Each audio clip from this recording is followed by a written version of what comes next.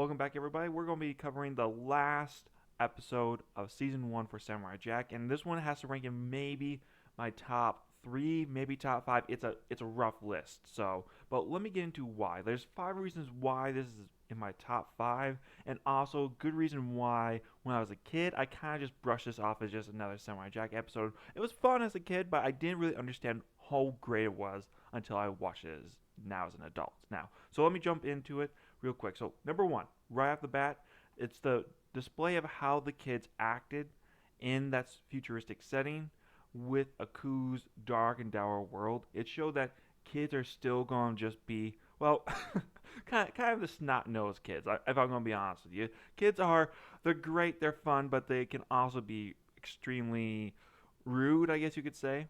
For example, in this, when we first enter into this episode, we're going to see a little bit of play going on between some kids playing as Samurai Jack and another kid that gets played as Aku just because he has the hairdo. Now, the kid who's playing Aku, he's kind of having enough of it. He doesn't want to play the role anymore, whereas the other kids are just wanting to play as Samurai Jack and beat him up. So that on itself isn't the reason why the episode is great, but it was an honest representation of just how kids act in a schoolyard setting, and that even at a younger age, they're just starting to rebel against their parents. Because we have an elder that comes by like, "Hey, kids, knock it off, stop.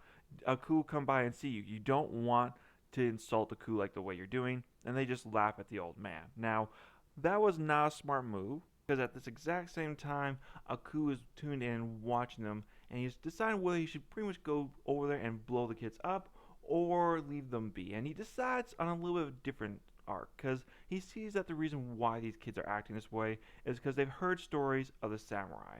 And seeing that it's a story that they want that's infecting their minds, Aku has a wonderful idea of giving the kids a story that they won't easily forget. Now, the reason why I enjoy this part of the story is because it's a great way to demonstrate how the state, those in power, use stories to coerce the minds. That what we're going about to see is Aku changing the stories just a little bit, just to make himself look better, give himself a better presentation, so like the kids will love Aku again, not the evil samurai. So that's what I really like about this. Now let me go into it and do some examples. Now the first story that Aku tries to use to convince the kids are gathering in like this baseball center that he is the greatest hero of all is that a Greek story that I actually don't know. If you know this myth I'm about to tell you, please let me know down in the comment section below so I can go look it up. Now, this story is about a dragon that's going through the universe, eating planet after planet,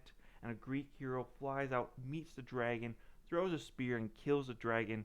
And when he returns home, he's celebrated by the people, only for him to reveal himself to be Aku. Now, the kids, they don't really cheer or he gets any response for that. So Aku's just like, yes, these children, they must be low intelligence. It must be too complicated for you. Don't worry. I will provide you with a better story that's easier to comprehend. And this story that he picks is a fairy tale, Little Red Riding Hood. Now, we all know the story. It's a great fairy tale that we've all grown up on. And Aku, he changes it just a little bit. Yes, she has her Red Riding Hood, but she also has flaming red eyebrows now. Of course, Aku is putting himself in the main role. Like, of course, any dictator or narcissistic person would. And, well, Aku is definitely that, if anything else. Now, as Aku's going through the forest to his grandmother's house, of course, we get the story with a wolf. But let me pause it right here. If you have seen any of the Hanna-Barbera cartoons, this wolf right here is a perfect example of that. And I'm going to be honest with you, I had a little giddiness in my heart when I saw it because I absolutely love Hanna-Barbera. Yogi Bear, the Smurfs, the Jetsons, all those great old cartoons. If you don't know Hanna-Barbera, please, I beg you, go back and watch it. It's a great time. Maybe I'll do a series on that, but those cartoons were a major part of my childhood growing up. So just getting to see that character acting that way and talk like that, it just brought massive memories back to me, and I really love them. So sorry about that. I just had to mention my love for Hanna-Barbera since it was unexpected. That's one of the other things I really loved about this episode. So Little Red's making her way through the woods and about to reach her grandmother's house, but unfortunately, as we know the story, the wolf gets there first. And in true Hanna-Barbera fashion, the wolf just opens his mouth wide open, and the grandmother, of her own fruition, just jumps on in. Like, He doesn't touch her. He doesn't grab her. He just says, "Come on, Grandma, time to jump on in," and she just goes ahead and does it, just in the wackiness of a Hanna-Barbera cartoon. So I, I'm sorry, I'm geeking out on it. It's just something I really love personally. Now, as the wolf's getting situated, Little Red comes in, and the grandmother pops out of the wolf's mouth, tells her to come on in, and the wolf says, "Shh, don't talk, Grandma. I'm doing the work here." So Little Red Riding Hood comes in, and we know the rest of the story here. Little Red says, "Oh, what big ears you have, what big eyes you have, what big fangs, what big hands." And at that, the wolf jumps for Little Red Riding Hood, only for Aku to vaporize Wolf, saving Grandma, making himself the hero of the story. And the kids, well, the kids don't really react at all to that, prompting Aku to demand that kids speak and ask, "Why aren't you amused? Why aren't you enjoying the story?" And the kids at this point are just like, "Although you told the story well, could we have a story about the samurai?" And at that, Aku just nearly goes nuclear on him. But he then reigns like, "Fine, I'll tell you the story of the samurai and the three bears." Pretty much, we got Goldilocks and the three bears. Now, the bears, of course, they leave their house and go for their walk, and along comes our main character, Jack. Now, unlike Goldilocks, who just tastes the one that is a little too hot, tastes a little bit that's a little too cold, and then eats the one that's just right, Jack goes ahead and eats all three, and then continues to just completely destroy the entire house. Kind of like what Goldilocks did, but Goldilocks just mostly just went and slept in the bed, whereas Jack and Aku's variation had just completely obliterated the place by the time the three bears come back. And the kids in the audience are like, "Well, Jack wouldn't do that." And Aku's just like, "Yes, he would. Let me tell you about the other story, Samurai Jack and the Three Pigs." And this, we get a great little scene of Samurai Jack coming in, knocking on the door of the Three Pigs, trying to break his way in. And we even get a great scene of The Shining where we got Jack saying, "Here comes Jackie." So it's a fantastic little bit there. I laughed at it. And Aku is trying to play up the evenness of Jack, but the kids just aren't buying it. So he starts going through all the fairy tales that we know: Princess and the Frog, Humpty Dumpty, Puss in Boots, just Cinderella, all these different stories, and the kids are just like, "Wait, what's going on?" Jack wouldn't do any of this, and Aku's just like, "Yes, he would," until finally he's had enough of the kids, and he's like, "Fine, here's the final story. There was once a wizard and a foolish samurai. The wizard destroyed the foolish samurai.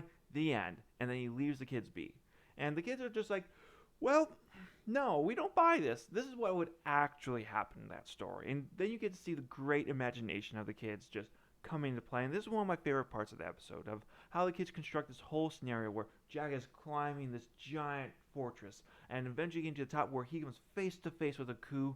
And you have this one kid jumping in like, and then they fight. And the other kids are like, "No, no, no, no, no, there's something else that happens here." They have like this little bit of a stare off, and then they're like having this conversation between back and forth, how evil will never triumph, or your foolishness will be ended here, samurai. And they just have a great little exchange that, the dialogue that kids would have when they're playing. And then eventually they fight, and Jack destroys Aku, and him standing proudly saying that he can finally go back to his own time period. Now, why is that also great? Like, the three great parts in here. As I said, first, it's the kids' imagination just going wild. Second, it's giving the audience who's been watching the entire series somewhat of a great closure. If there's not a second season of Samurai Jack, you can probably actually say that this is how, in that world, this story will end. That Jack will meet Aku in some kind of fortress, and then eventually Aku will be vanquished and go back to his own time. So if there's not a second season, you can point to that and say, "Hey, we completed a whole season. Here you go, guys." But if we do get a second one, we can just, brush it off. But it's a great way to end it. And third, and probably most importantly, it really is important to demonstrate that this is how people tell stories with propaganda. That when they have an agenda to push, that when Aku was telling all of his stories, there was no character development, there was no effort there. There was just him as the hero and always being the righteous one and doing whatever he wanted, or demonstrating his rival always in a bad light. And now you can maybe make the same argument as the kids, that in their fantasy, Samurai Jack has climbed a fortress to go fight Aku to slay him, but in those kids' minds, Aku is the villain. He's done horrendous things to everybody around him. There is a history of Aku being evil.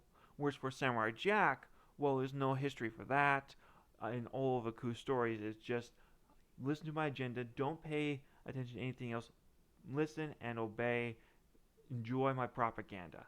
And it really, really fits well with what's going on today with all of Disney's films, with Warner Bros. Films, just all our modern entertainment. As South Park said, put a chick in her and make it lame and gay. That's pretty much all it is nowadays. And this show just really demonstrates that if you don't have a compelling story or you're just taking bits and pieces but not understanding the real fabric of a story, kids are just going to reject it. And kids are honest. Like, that's the one thing that people all agree on is that kids will say the darnest things when you don't want to. Like, honey, click that down on the down low. But they would just spout things off and you're just like, oh no. So I thought they did a great job representing that. I thought it was a fantastic way to wrap up the episode. But let me ask you, what did you guys think of the episode? Is it one of your top favorites? Is it a good episode? I'm just curious to hear what your thoughts are down below. Leave a like and subscribe, and I'll see you guys in the next one. Take care now. Bye.